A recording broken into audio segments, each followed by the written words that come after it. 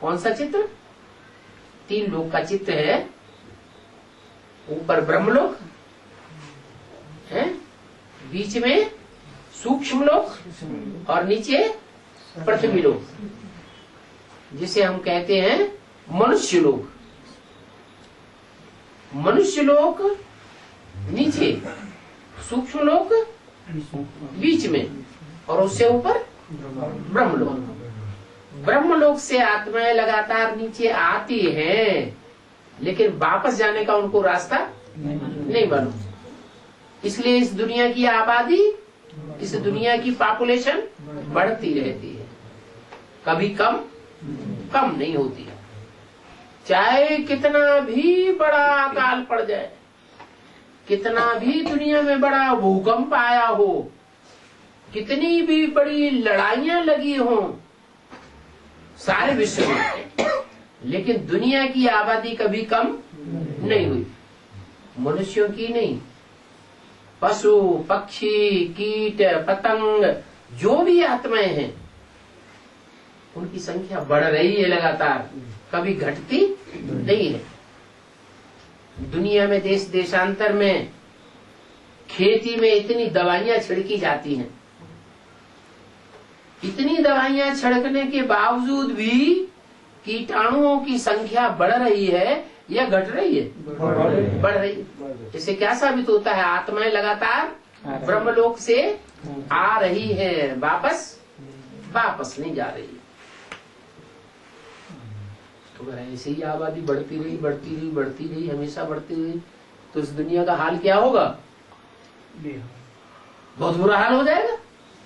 लेकिन ऐसा है नहीं, आत्माओं की संख्या निश्चित है, मनुष्य आत्माओं की संख्या भी निश्चित है,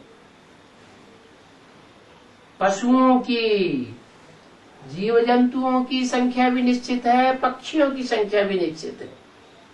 ये आत्माओं की जातियां हैं। तो निश्चित संख्या जब पूरी होती है, तो पूरी जब यहाँ उतर के आ जाती है आत्माएं, तब अंत में परमात्मा बाप आता है और सबको जाने का रास्ता बताता है। तो सबको बताएगा, माने पशु पक्षियों को, जीव जंतुओं को, कीटाणुओं को रास्ता बताएगा या मनुष्यों को रास्ता बताएगा? मनुष्य। क्यों? और दूसरी आत्माओं ने क्या पाप किया जो उनको रास्ता नहीं बताएगा? हाँ, दूसरी आत्माएं जो हैं, पशु हैं, पक्षी हैं, कीटाणु हैं, सरीसृप हैं, वो उनको अकल नहीं है, बुद्धि नहीं है, इसलिए वो ज्ञान को समझ नहीं सकते। इसलिए भक्ति मार्ग में भी कहते हैं ऋते ज्ञानान्न मुक्ति, बिना ज्ञान की मुक्ति नहीं हो सकती। तो पहले मुक्ति का रास्ता परम पिता परमात्मा जब इस सृष्टि पर आता है तो मनुष्यों को रास्ता दिखाता है। मनुष्यों की बुद्धि उस ज्ञान को, गहराई को समझ लेती है, और उस ज्ञान की गहराई को समझने के बाद परम पिता परमात्मा से योग लगा करके वायुमंडल को कंट्रोल करना सीखती है। इतना वायुमंडल कंट्रोल हो जाता है, इतनी पावर बढ़ जाती है,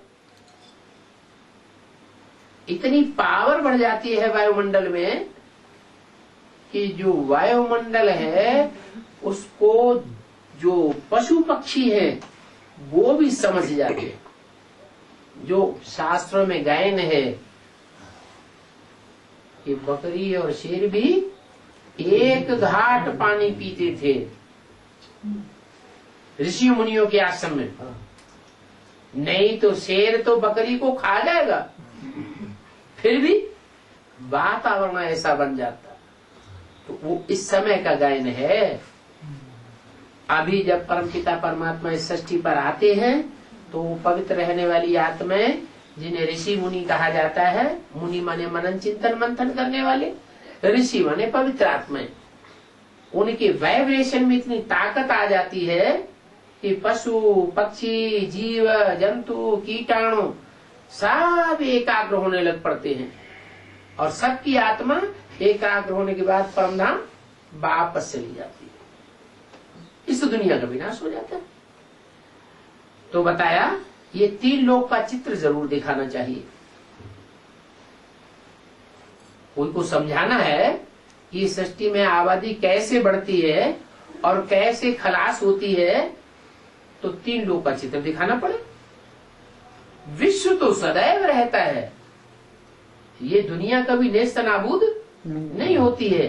हाँ, कभी सतो प्रधान बनती है और कभी तमो प्रधान बनती है। तो 2 बातें हैं, विश्व में शांति और विश्व में अशांति। जब विश्व में शांति थी तो अशांति का नाम निशान नहीं था, और जब अभी विश्व में अशांति है तो यहाँ शांति का नाम निशान नहीं है। कोई आदमी छाती ठोक करके नहीं कहेगा कि मैं सारा जीवन शांत रहता हूँ। कोई कहेगा? कह ही नहीं सकता। इस अशांत दुनिया में अशांति जरूर होगी। फिर अशांति को शांति में बदलने के लिए कोई तो चाहिए। तो मनुष्य का काम नहीं है।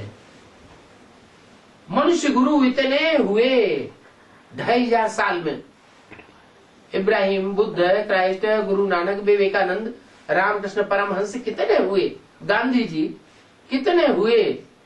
शांति स्थापन हुई या और ही अशांत होती गई दुनिया, और ही दुख अशांत बढ़ता गया। तो शांति स्थापन करना एक परमपिता परमात्मा का ही काम है। वो ही शांति का, सुख का दाता है। जो लौकिक बाप होते हैं, आपका बाप अलग, इनका अलग, इनका अलग, हमारा अलग, शरीर का बाप, वो एक जन्म के लिए सुख शांति देते हैं, लेकिन वो अल्पकाल की देते हैं कि सदाकाल की देते हैं? अल्पकाल की देते हैं। वो देह के बाप है और वो है आत्माओं का बाप। ये बिंदु जो आत्मा यहाँ रही पड़ी है, स्टार यहाँ जो है, जिस स्टार की रोशनी आंखों में से निकल रही है, जिस स्टार की यादगार में यहाँ बिंदी लगाते हैं, टीका लगाते हैं, वो आत्मा यहाँ टिकी हुई है।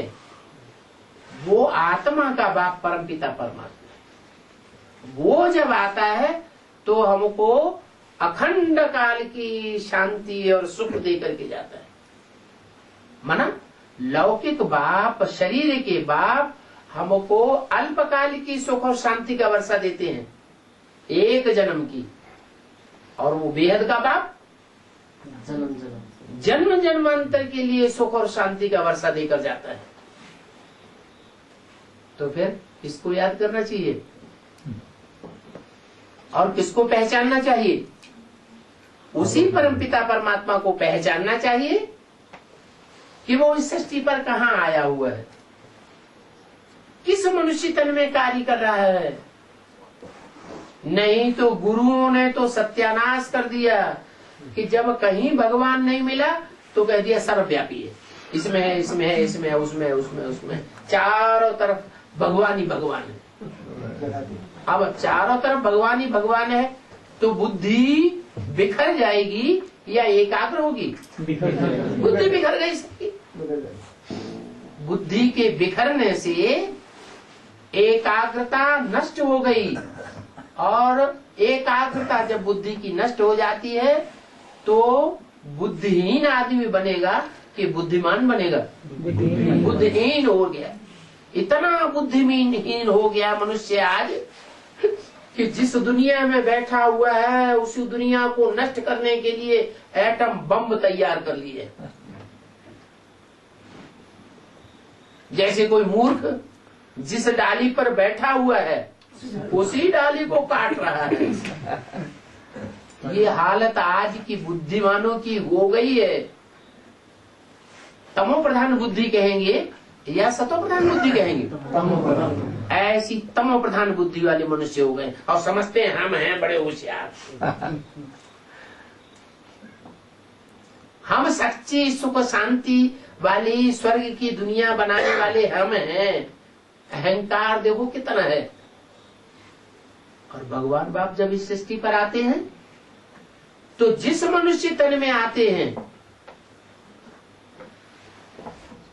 उसमें जैसे अहंकार होता ही नहीं, कभी साधारण मनुष्य तन में आते हैं। इतने साधारण मनुष्य तन में आते हैं कि लोग पहचान भी नहीं पाते कि ये भगवान का रूप हो सकता है। गीता में भी इसीलिए लिखा हुआ है कि मुझे साधारण तन में आए हुए को मूढ़मती लोग नहीं पहचान पाते। तो देखो भगवान की देन में, भगवान के स्वरूप में और मनुष्यों के स्वरूप में कितना अंतर है। भगवान की बुद्धि और मनुष्यों की बुद्धि जमीन आसमान का अंतर है। भगवान ऐसी बुद्धि वाला है जो कभी तमो प्रधान नहीं बनता, और मनुष्य सतो प्रधान देवता बन सकता है। देवता से फिर नीचे गिर करके असुर जरूर बनेगा।